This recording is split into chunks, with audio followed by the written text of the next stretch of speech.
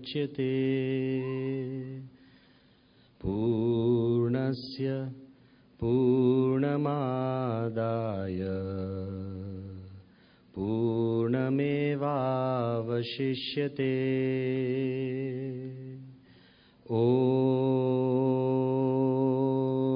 शान्तिः शान्तिः शान्तिः। श्री स्वामीनारायण भगवाननी जय।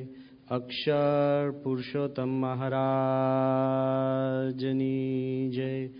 राधा कृष्ण देवनी जय। सियावर रामचंद्र भगवाननी जय। उमापति महादेवनी जय। गुरु हरि प्रमुख स्वामी महाराजनी जय। गुरु हरि महंत स्वामी महाराजनी जय। प्रमुख स्वामी महाराज शताब्दी महोत्सवनी जय।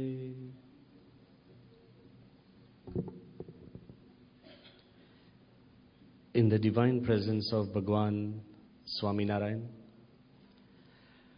in the equally divine presence of my Guru Hari Pramukh Swami Maharaj, Guru Hari Mahan Swami Maharaj, in the revered presence of Param Pujya Dr. Swamiji, revered saints, and many of you who are sitting here before me, the love I can feel by your mere presence. And when Dr. Buali told me that it has been almost 1.5 years since you came last, the time and the clocks that you keep tell me a lot about the love that you have for us and the love we share for you.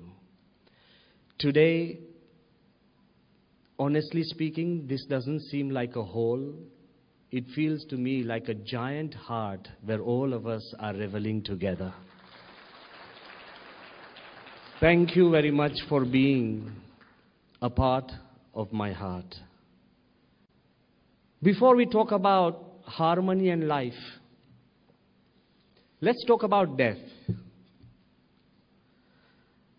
This is an imaginary story, but the meaning is very true and real. Once a man died, the angels came to pick him up. The angels asked the man, where do you want to go, heaven or hell? The man was astounded, he was shocked, and he said, do I have a choice? Because I used to think that if you did good, you went to heaven, and if you did bad, you went to hell. Well, the angel said, well, democracy is catching up, so you have a choice now. He said that if I have a choice, that you have something to show me. Some leaflets or brochures or anything to really let me know what heaven is like and hell is like. The guy said, yeah. The angel said, yes, we have something. If you want to see what heaven is like, here's a brochure. And if you want to see what hell is like, here's a DVD. In this age of technology, the man started salivating. He started thinking, okay, he looked at the brochure first because everybody is interested in heaven, and he saw pictures of sparse people, very morose, quiet, silent, thinned after fasting, not talking, trying to smile, a little halo here and there. He said, God, I don't want this heaven if this is heaven. And when he slipped in the DVD and when he started watching visuals of hell, there were people laughing, dancing, reveling, feeding, the type of things we do here. He said, well, hell is no different. So suddenly he calls the angel and says, I've decided. Angel says, I'm giving you 1 week to decide. He said, no, I've decided. He said, where do you want to go? He said, hell. He said, are you sure you want to go to hell? He said, yes. One last chance. If you want to go to heaven, take the staircase up. If you want to go to hell, take the elevator down. The guy started thinking, look, hell is technologically advanced. So obviously, I don't need to think twice. I want hell. He gets into the elevator, which is nicely decorated, beautiful, gilded in gold. He presses the switch of hell. Suddenly, to his shock and horror, the floor of the elevator opens. There's a dark, deep ditch. He falls into that ditch full of smell, filth, and he's trying to barely survive. He's almost suffocated. And he's trying to survive, looking up at the top of the place, and he starts shouting, "Well, is this hell?" The guy said, "Of course it is." He said, "What about all the DVDs you showed us?" He said, "That was our publicity department." We live in an age of promotions, presentations, and perceptions, where we can sell heaven as hell and hell as heaven. We live in an age where truth, peace, harmony, the meanings are constantly being changed, and they are diminishing, and they're almost becoming cliches. We live in an age where showmen succeed and real men fail. And I also want to point out, recently we live in the age of Cambridge Analytica, where data is not just collected, but data is conspired. Where data is not just manipulated, but data is masterminded. Where data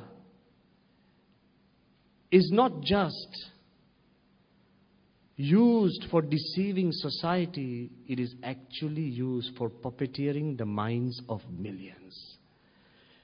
We live in an age where even the good things that we use and see have become bad things.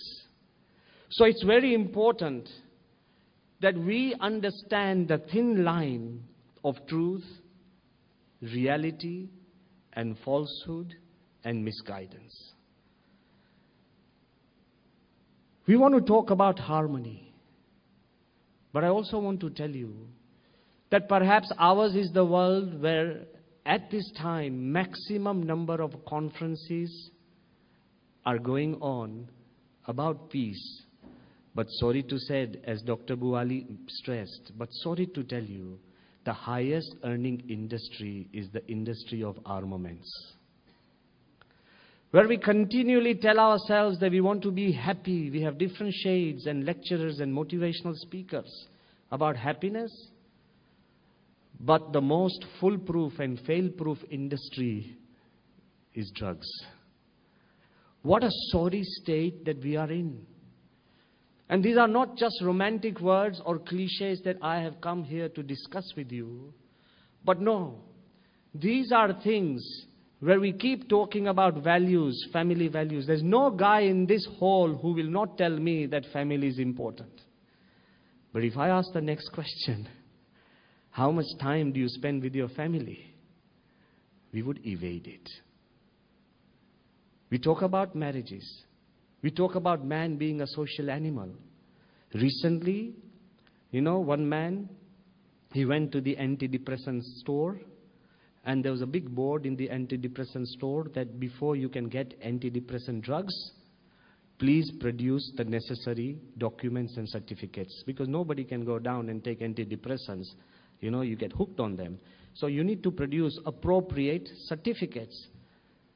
The guy produced one certificate, and the storekeeper said, "Sir, we have written certificates, but a marriage certificate would not do." He thought by the choice that he's been married, he qualifies for antidepressants. I am sorry. He's talking about medical certificates. But we live in an age, we glorify ideals, but we never try and emulate the same ideals. So when we talk about harmony, and when we talk about happiness, of course, in this age, they remain in charters, treaties, conferences, and constitutions. But they've almost become a rarity.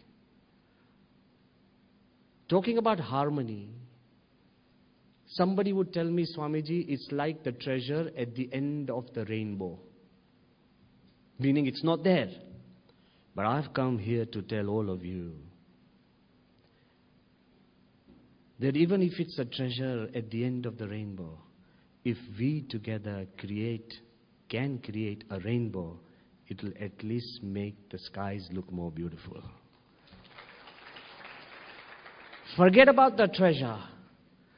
In just being together, in just this assembly, well, all of you have come out from your busy schedules, and I know how many good things and important things you need to have and do. It just reinstates and reaffirms our faith in the principle of harmony which we believe in and share. If we go about thinking about it like this, it will make a difference to this world. To emphasize what I want to tell you, I would like to paraphrase an ancient Chinese story to give it more modern relevance. There was a home, a lovely home, a family of 4. It was New Year's Day, where the whole world was happy, but this home was sad. Why? Because the son was sad. He didn't have enough money to buy his favorite motorbike, Harley Davidson. Of course, the daughter was sad as well. She didn't want things, but she had just come home from her college and she had failed to win the beauty contest. She was beautiful. You don't get an entry into a beauty contest if you're not beautiful. But she was sad because she was not the most beautiful girl in the college. She was sad. The mother was sad because she had a lot of trophies of her own in her room, which decorated the entire room. But she was sad because she was worried about ill health. One was sad about wealth. One was sad about success. One was sad about ill health because the entire family was surrounded by sickness. And the father was also sad by seeing 3 people in your own family sad. I think sadness catches on. It's infectious. So the father was also sad, and he thought that I have spent all my life building this home, creating this family, giving them everything, and they're all sad. So obviously he was also depressed, felt unprotected in the home which he locked so well. He felt lonely in a family of 4 which he called his own. So the father was sad as well. All of them started praying and saying that private families, the father was just not happy. While they said their prayers, this story says that in front of their gates, now everybody start relating to this story. In front of their gates, 5 men appeared as if from nowhere. One, they were all guests. When they opened the doors and they asked the first guest, he said, he was shining bright. He said, I am success.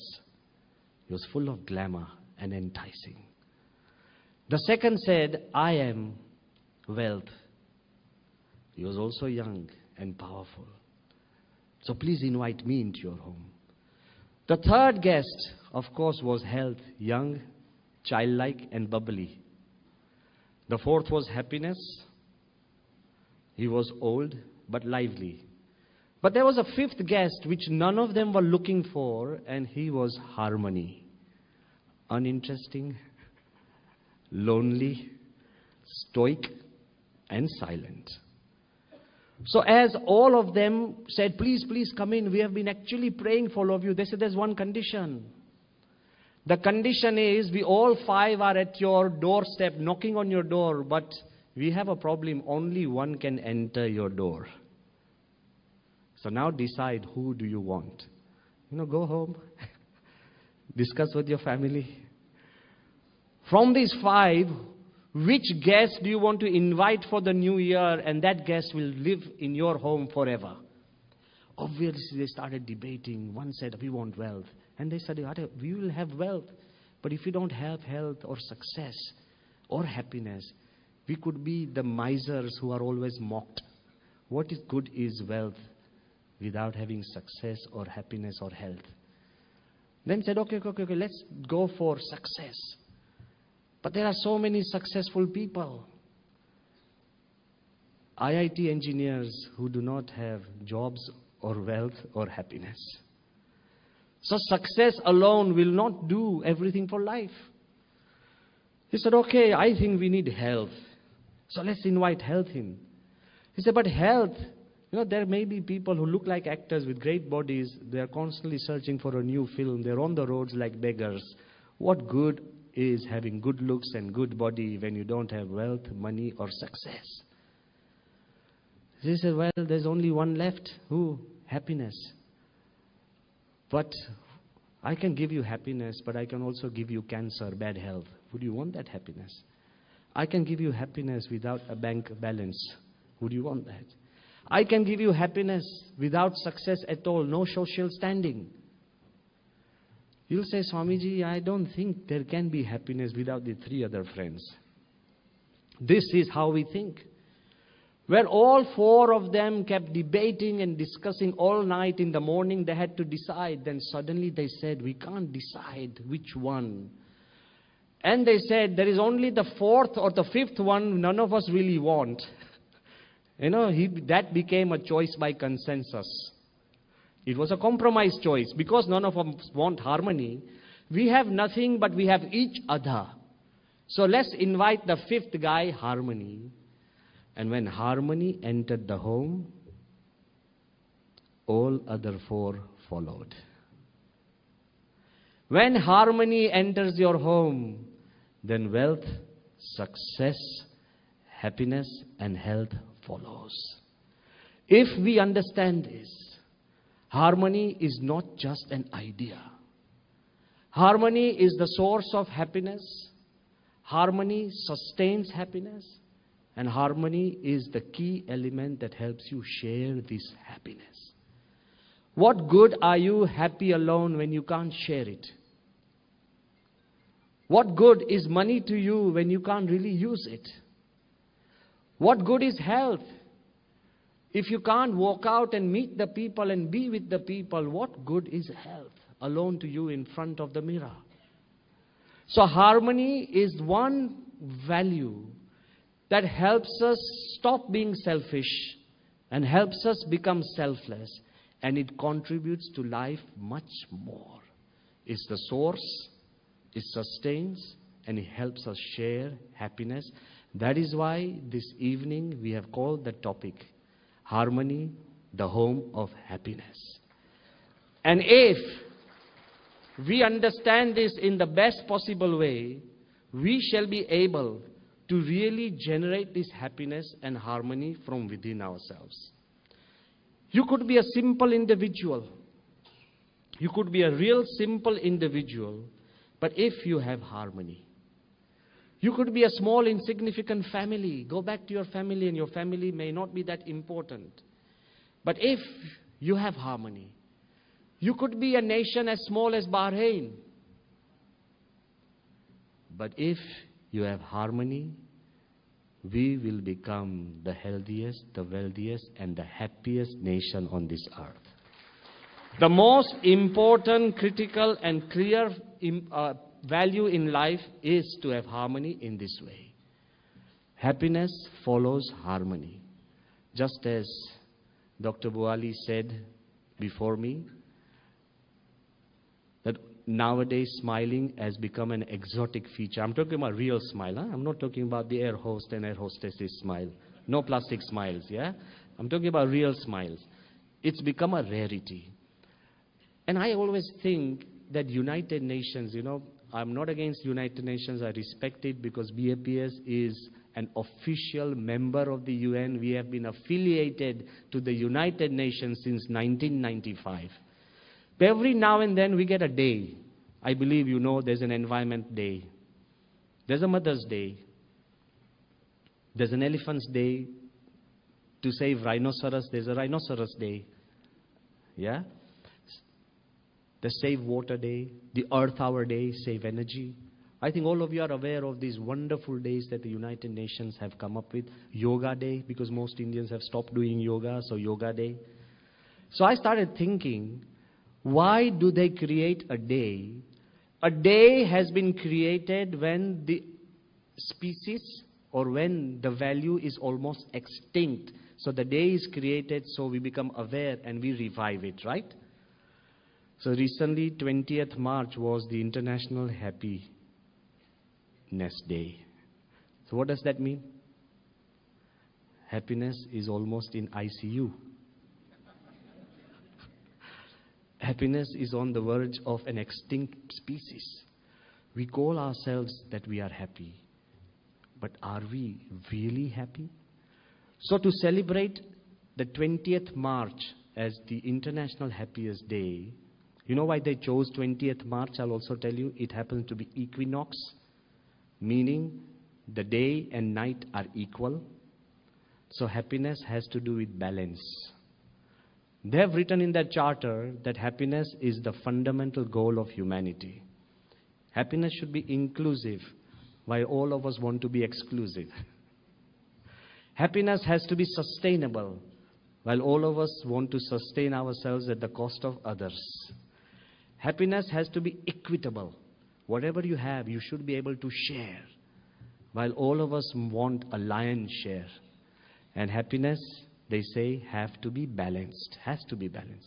This is the charter of the United Nations when they have started celebrating the International Happiness Day. But you know how everybody celebrated? In Australia, they said that at least spend 2 minutes in trying to make someone smile. When somebody says, like, I've been spending 24 hours trying to make myself smile. Genuinely, I'm talking about, not for the sake. So how can I spend even 2 minutes in trying to make someone smile? But no, that's not wrong. It's giving us the responsibility to share happiness. In UAE, I found out that on the airport, on the day of happiness, all the immigration officers were not just stamping the passport, that they had a smiley stamp to stamp the passport. Why? No questions were asked.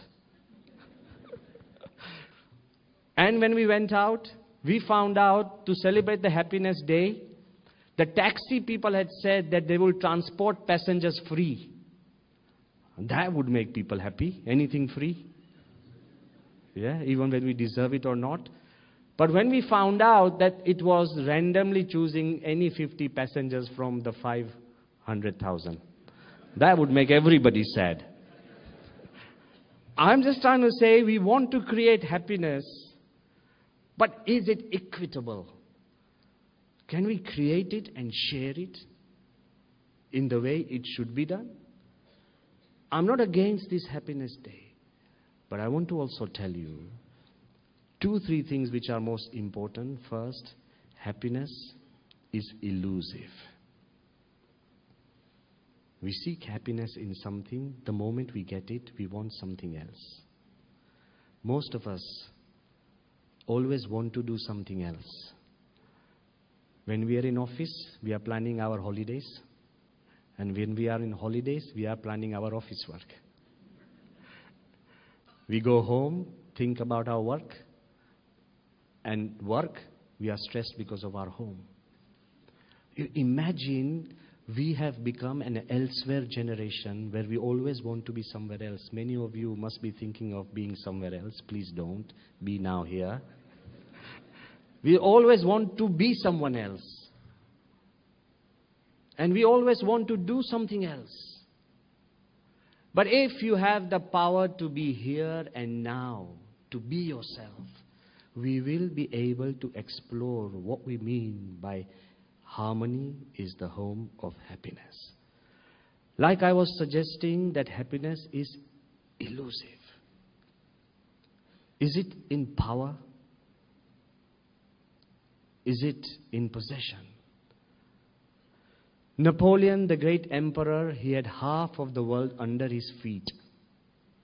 Half of the world under his feet when he said, I have not seen 6 happy days in my life. I think power and possession do contribute almost nothing to your state of happiness. It's an illusion. Is it in popularity and talent? I think all of you are familiar with the name Michael Jackson because he had been here and then he went back and all these issues. Let's not talk about it. But Michael Jackson, in his time, whether you love him or hate him, in his time he was perhaps the most looked for, the most followed, where people really loved his songs and people wanted to be like him, people wanted to actually sing like him. And when he was asked at the peak of his career, he often said, "It just hurts to be me." Happiness is not in popularity or talent. Get away from it. I'm not saying it's wrong to be popular or talented. And I'm not saying it's wrong to be powerful and have possessions. No, you can. But don't think and be misled by the perception. As I said, data is constantly being managed and misconstrued. Your mind is constantly being guided and goaded in the wrong places. So don't be misled. Then you might ask that, is happiness is just there in smiling and laughter and being happy? Well, let me tell you about one of the greatest comedians of this world, or perhaps this world may ever have, Charlie Chaplin. In his time, he was the highest paid actor and celebrity of his time, Charles Chaplin. Not only was he so skilled, but his laughter cut across all countries. He hardly spoke a word. So there's not necessary that people need a language to follow him. He made the whole world laugh. To such an extent that during the Second World War, when Hitler was at the peak of his power, he had almost all of Europe under his feet. The whole world feared the great dictator. Hitler was at the peak of his power and he was negotiating with England, giving a threat that if you don't surrender or talk to me, I'll have your neck wring like a chicken in 7 days. And he won France in 7 days, Austria in 1 day, Poland had no chance. So Hitler was at the peak of his power, and that's when Charlie Chaplin had the guts and the arrogance to make a film, The Great Dictator, a satire on Hitler. And it is also said that Hitler watched this movie in his private chamber and could not stop laughing. Charlie Chaplin, who could bring a smile to the greatest dictator of this world, apart from the whole world. But he often said, he died a miserable man, he often said, I alone could make the whole world laugh, but the whole world together could not make me laugh. Happiness is not just about laughing or smiling. It is much, much deeper. And we need to understand that if we understand this meaning of happiness in the deeper way, we would find out. Happiness is not just elusive. Happiness is also exclusive. You know, if I take one of you, I think most of you, you have them, but if I take somebody in the middle and take them behind the stage, and I don't know which is the latest iPhone, X10 or whatever, if I give a simple man an X10, he would be really happy. But when he comes on the stage and the entire audience starts waving an X10, Apple iPhone 10, his happiness would disappear instantly. Happiness, we think, is in exclusiveness. It's because I have the car and the rest of the world doesn't have it, you feel happy.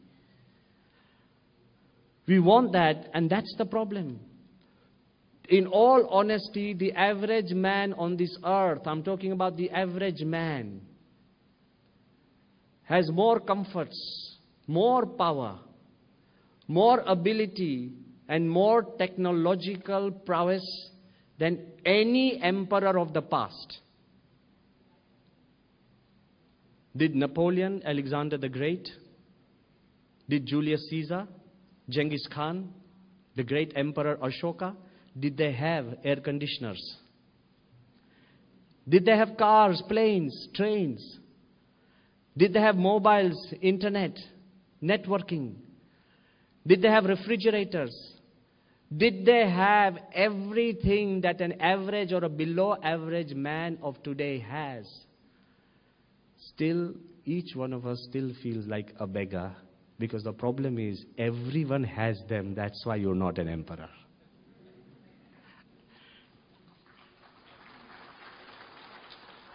Happiness is not only elusive, we want it to be exclusive. But our Indian scriptures keep explaining to us, and I think every religious philosopher will explain to you, happiness is relative. What makes you happy may not make the next man happy.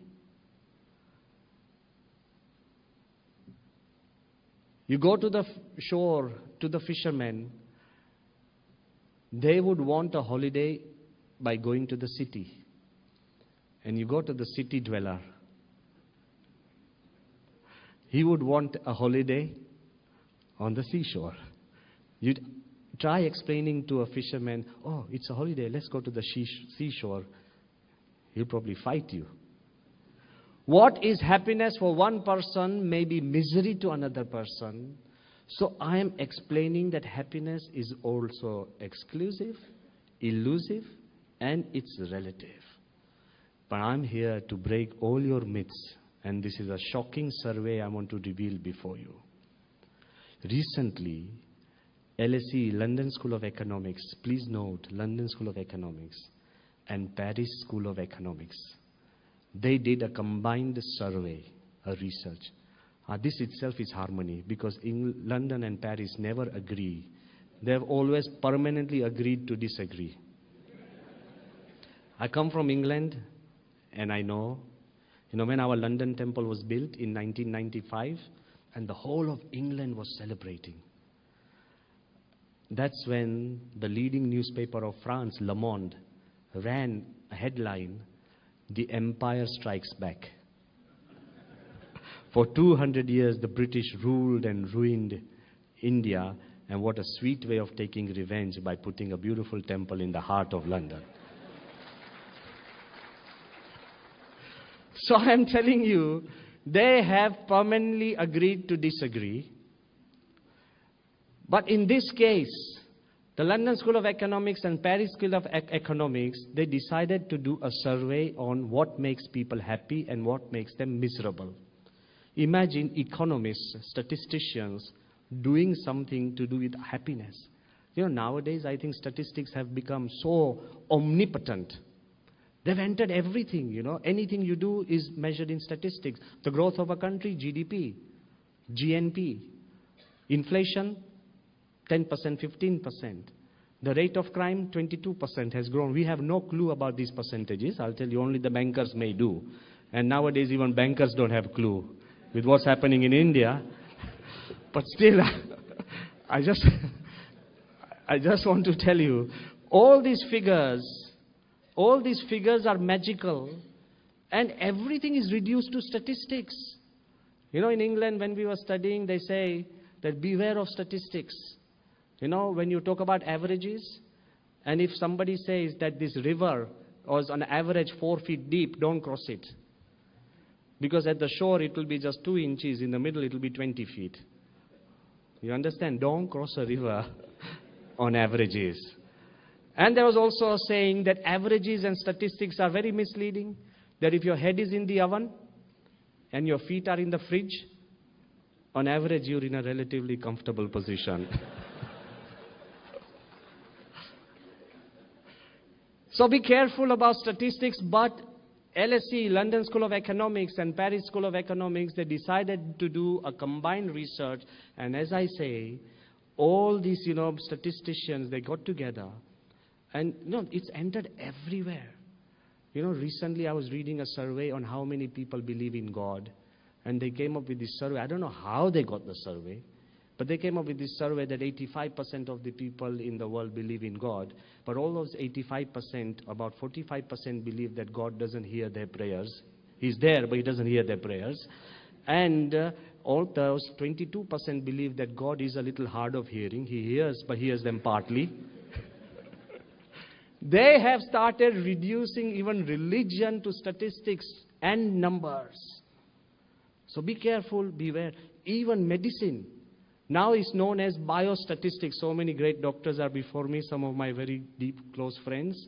But They have reduced, there's a new field that has come up with that if you take this medicine, then if you are of a certain age with parameters of, let's say, sugar and heart and this, then this medicine is likely to work and fulfill its goal 22%. Otherwise, if you go so and so parameters, it's likely to help you 2%. Look, we are not interested in percentage. We are just interested whether it will cure my stuff or not. And one doctor, this is on the side, one patient, he goes to a doctor and he says, "Doc, this operation, I know it's serious." The doctor said, "Yes, it's serious." He said, "Doctor, do you think I will survive this operation?" The doctor said, 100%. He said, "What are my chances of surviving this operation?" 100%. He said, "I was just reading in the leaflet that the success rate is only 10%. And how are you telling me it's 100%? He said, "Exactly, the 9 before you have died, you are the 10th. I don't want to go to a doctor. We just want to know whether we'll be cured or we won't be cured. Statistics are great. Again, I'm not against it. They are abstracts. I love mathematics, but I am here to tell you, imagine LSE and PSE, great economists, trying to work out what happiness is. The concept which all scriptures, philosophers, civilizations, countries and cultures have been seeking, running after, trying to explain. And suddenly you get the economists trying to work out statistics. But look at what they have said. If I said those things, you would doubt me. When preachers and real sadhus and saints and great wise enlightened people tell you these things, we think they have an ulterior motive. But when economists who are actually pushing the world towards all these gadgets and systems, when they say it, after surveying 200,000 people and interviews, not just a sample interview, 200,000 people, asking them what makes you happy and what makes you miserable. Get ready. I was shocked when I read it. A little pleased, but I was shocked. They say that education plays less than 4% role in making a person happy or sad. All my life, I have been telling everybody, study hard, study hard, study hard. All our places, we have been encouraging children, and I will still tell you, ask your children to study hard. That's important. And it's an important goal. But when I saw that it plays less than 4%, I started thinking, and I did think, that if education played a very important role in your happiness, most doctors, lawyers, and educated people must be the happiest, but this is not the case. I've seen doctors who get divorced, and real furious divorces. Second thing that they told in their research, that money, these are the two things that drive us. And they are these sensible, good things. Forget about the vices and all the bad things.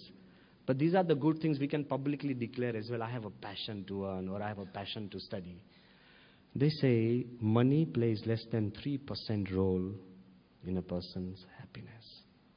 I can show you so many wealthy people who are really, really unhappy.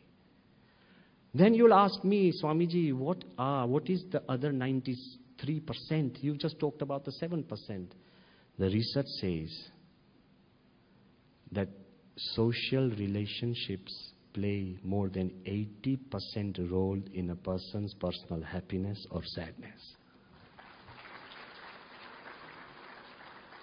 How your relationship with your wife and your children are. One man, he came to the temple, and every day till 11 o'clock he would not go home. 11:30 he would still be in the temple doing ceremonies and circumambulation. I thought he was a very great devout person. So I asked him, I said, you stay up till so long in the temple when normally the temple closes at 8:30? You are here at 11:30? He said, yes, Swamiji. I said, but you must be really faithful. He said, no, not really, but I just wait till my wife goes to sleep. What good is it if a husband can't relate to a wife and a wife can't relate to a husband? If there's no harmony, there is no happiness. What good is it that if you go out in search of greater and greater businesses and you come home and you feel like strangers in your own home? Is that something to take pride in? No. If you are not in harmony with your own children, how will you ever be in harmony with your neighbors and people around you? What good is it if you are not in harmony with the people, your own citizens, and with your neighbors and people of different traits? So harmony is the most important part even in social relationships. So let us be very clear that harmony not only will strengthen your family, not only will strengthen your country, not only will strengthen you as an individual, but I have come here with perfect research that harmony and inner harmony is a way to even health, success, wealth, and happiness, all four. Because I am here to teach you a way of inviting these four guests permanently in your home. How? There are so many doctors, if you have any issues, you can meet them. But let's be very clear. You might have heard of the great Rosettan effect. Rosettan effect is, there's a group of immigrants in Italy in 1882. 11 Rosettans, there's a small village, a mountain village, about 100 miles away from Rome, south of Rome. It's in a hilly area. And it's called Rosetta, Wolfoto. 11 people, 10 men and 1 little boy, they migrated to America. And not in New York, they settled about 90 miles away from New York, somewhere near Pennsylvania.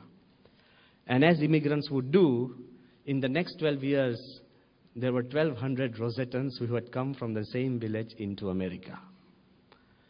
They started working in a quarry, a marble quarry in that area, because you are immigrants, you had to work anything, till the land, do anything, hard work to get your life ends to meet. Sometime in 1955 and 1965, a physician, Stuart Wolf, he happened to visit this small village of 1,200 people, just 1,200 people.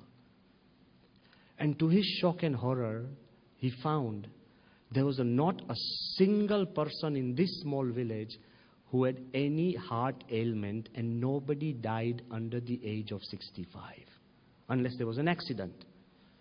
Every person in this village died of old age. No disease.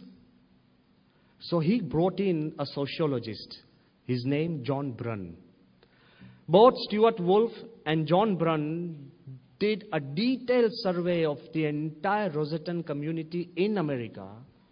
And they started searching for the reason why their heart is so healthy, why they are living such at a long age, why they seem so bubbly and happy. First, they looked at the diets. The diet in Italy was cooked in olive oil, and here it was lard and margarine, unhealthy. The diet was unhealthier here.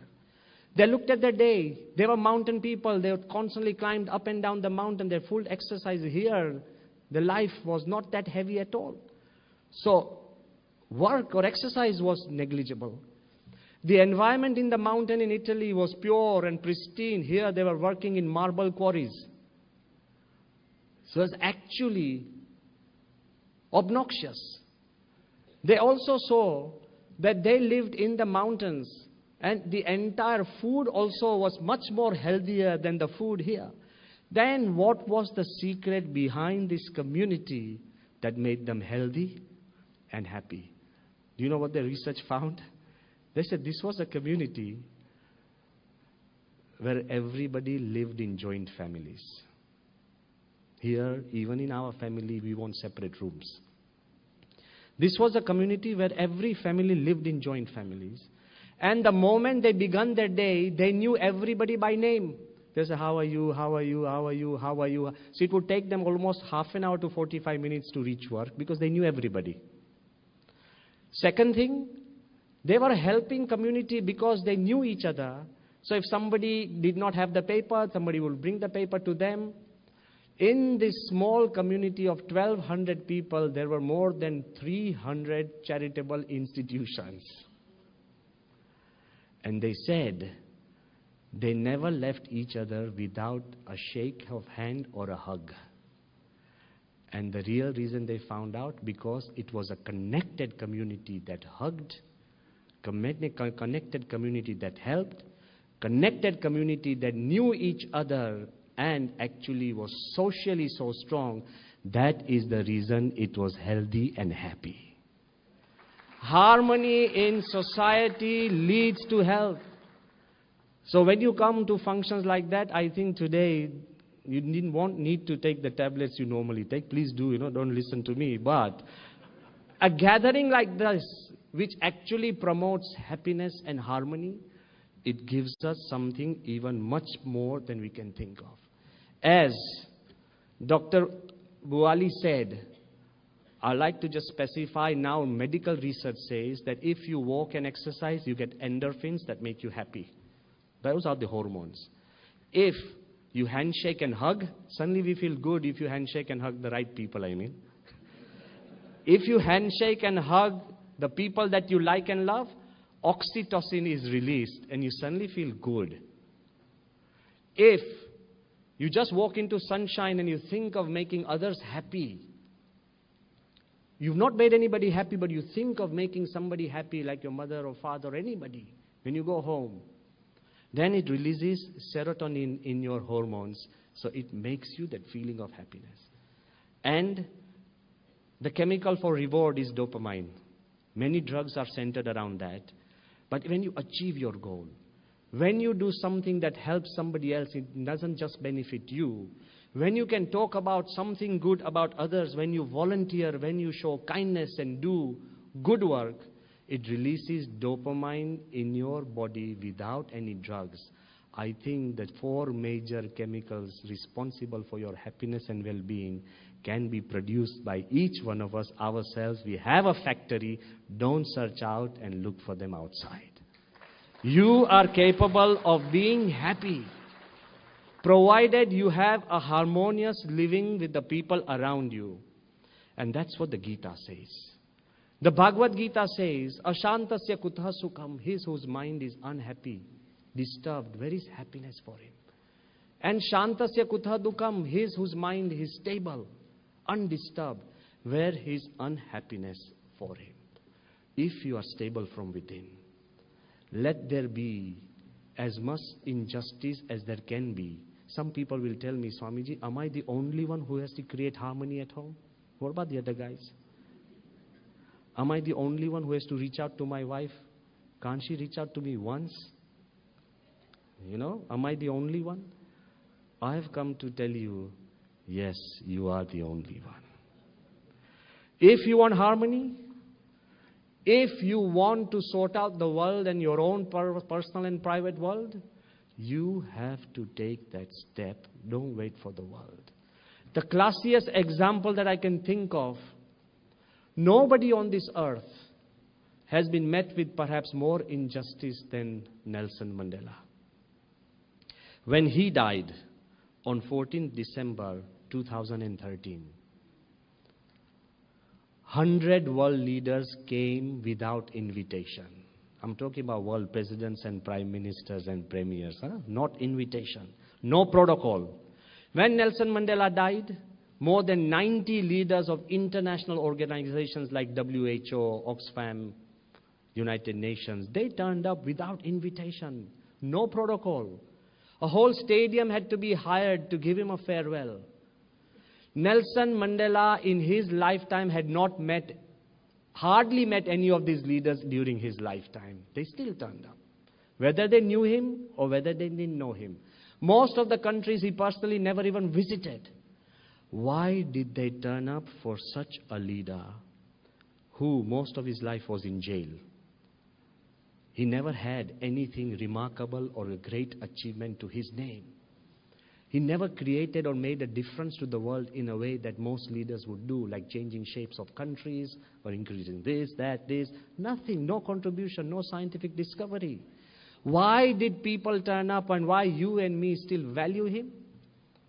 I want to emphasize, a person who was born in a tribe, who found it a challenge to educate himself. As a youth, he was hunted. And when he became matured, he was conspired and put into jail by the apartheid regime. The apartheid regime that was in South Africa for more than 46 to 47 years. And every time Mandela was about to be released, one man who actually conspired and arranged for Mandela's capture, John Foster, he had become the Prime Minister of South Africa. You would lose faith in God, saying, I'm an honest man, and suddenly God, you promote him as the Premier of South Africa, the head of the regime. And when John Foster became the Premier of South Africa, every now and then he would joke in Parliament, he would joke with the media people and say that it's my dream to hang Mandela. My career will end when Mandela is no more. Every time he's about to be released, another case is put in and he's jailed for 27 years. If you have ever been to Cape Town and you've gone to Robben Island, go down. His cell was so small he could barely stretch his feet. Forget about just being incarcerated or imprisoned. He was humiliated every day. In papers, he would listen or hear stories of the Prime Minister of South Africa wishing to hang Mandela. For 27 years, it wasn't just prison, humiliation, hurt, actually total vilification of the human personality. But a day came when Mandela was freed. You know the story goes, when the chief jailer, he came to Mandela, he said, Mr. Mandela, we have just had a fax that you will be free from tomorrow. Mandela asked, what is a fax? He had not even seen the invention and the death of a fax. A whole generation had passed in 27 years. But when he was stepping out of the prison, and he was on Robben Island, international media had gathered, and the only question they asked Mandela, Mr. Mandela, what do you think of John Foster? The man who conspired, the man who dreamt, the man who made sure you suffered for 27 years. What do you think of John Foster? Mandela said, he's a decent man. That's all. He had the heart to forgive. He put the past behind him. It is because one man preferred harmony. That is why we have the existence of South Africa today. Otherwise, the whole nation would have been destroyed in revenge after revenge after revenge. He often said, when one man, Isu Chiba, he came to Mandela, he said, he was also in jail. He said, Mandela, I have decided that all the white people who have put us in jail, I'll go down once I'm free, hunt them down and kill each one of them. He was an Indian who was a leader in ANC. Mandela called him and said, Isu, the first thing we will do when we get out of jail is to go to the wives of all the people who put us in jail. We'll have tea with them and assure them that nothing will happen to their husbands. Have you been insulted or hurt for 27 years? Then go out and reach out with the hand of harmony. It is in one man's personality that a whole nation could remain still. When Akshardham was attacked by terrorists, and these two terrorists killed more than 31 people in one of our most prized temples, which has been actually, put as the most important monument of whole of India. Whole night people struggled. A place which is a symbol of peace and harmony. The whole world leaders from Clinton to Kalam to Dalai Lama, everybody phoned to show solidarity with us. And when 75% of India went on strike in protest against this attack, there were also fanatic people who came forward and said that we know who has attacked, we know who the terrorists were. Pramukh Swami Maharaj never even asked the name of the terrorist. While he was sprinkling flowers at every place of Akshardham, he went to the place where the terrorist had died. he also said prayers for their soul, and he said, may nobody be misguided to hurt or create terror for any culture, any country, any place of worship ever in the world. This was the prayer of Pramukh Swami Maharaj. When such a prayer is said, it brought the entire stability in Gujarat, and that is why Dr. APJ Abdul Kalam, he wrote the book Transcendence on His Holiness Pramukh Swami Maharaj. He said, after writing a book, imagine Kalam, a great scientist, Pramukh Swami, a saint. Kalam did not know a word of Gujarati. Pramukh Swami never knew a word of English. Kalam had 48 PhDs behind him. Pramukh Swami had not even passed the primary schooling. One was a Hindu leader. Kalam was a profound Muslim. One was the father of the nuclear bomb of India. One who always preached peace and avoided weapons. Still, Kalam, in his book, he writes that Pramukh Swami was my ultimate spiritual teacher because he helped me transcend the divides that divide us. We have divides and divisions that divide us. When we transcend those, and he explained, humanity is like a vast archipelago of islands. Each religion and culture is beautiful, but they are separate and disconnected. And Pramukh Swami is the bridge that would be able to bridge the culture and the islands. That is why we are here today. To be able to be a bridge.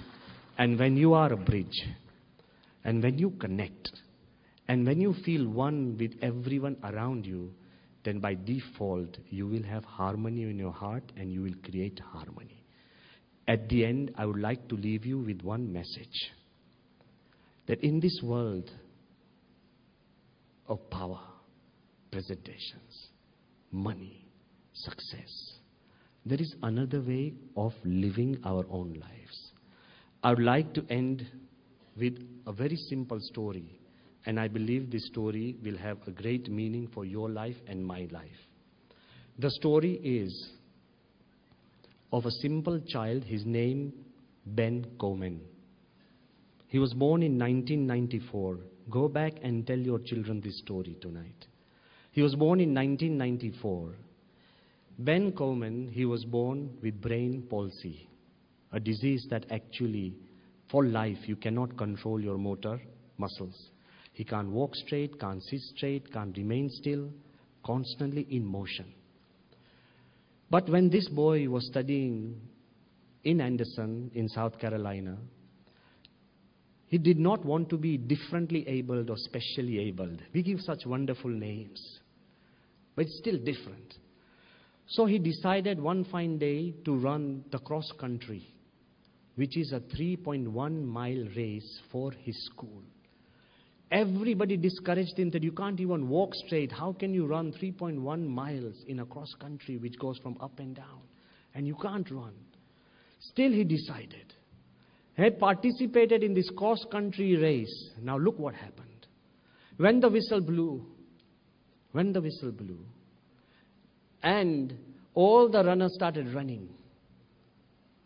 This entire runners, they started running, and Ben started falling and rising up, falling and rising. Every third step he would fall. Every fourth step he would fall. Falling and rising and falling and rising. A time came when he was bruised and actually bleeding profusely. I've seen the video, that's why I'm trying to tell you. Bleeding profusely on his way to complete the cross-country race. He happened to break the slowest cross-country runner of United States. He finished his race in 40 to 42 minutes, while most of the runners finished it in 20 minutes. But you know what the magic happened? While Ben was running, a time came when he lost sight of all the runners before him. A time came when there was nobody behind him. He was struggling alone and alone. But when all the people who finished the race, they found out that this guy is still running the race, they all came back. For the last 20 minutes, all the participants lifted him, helped him, and encouraged him. This was the first time that all the participants stopped competing and comparing and started caring, because Ben was not competing or comparing.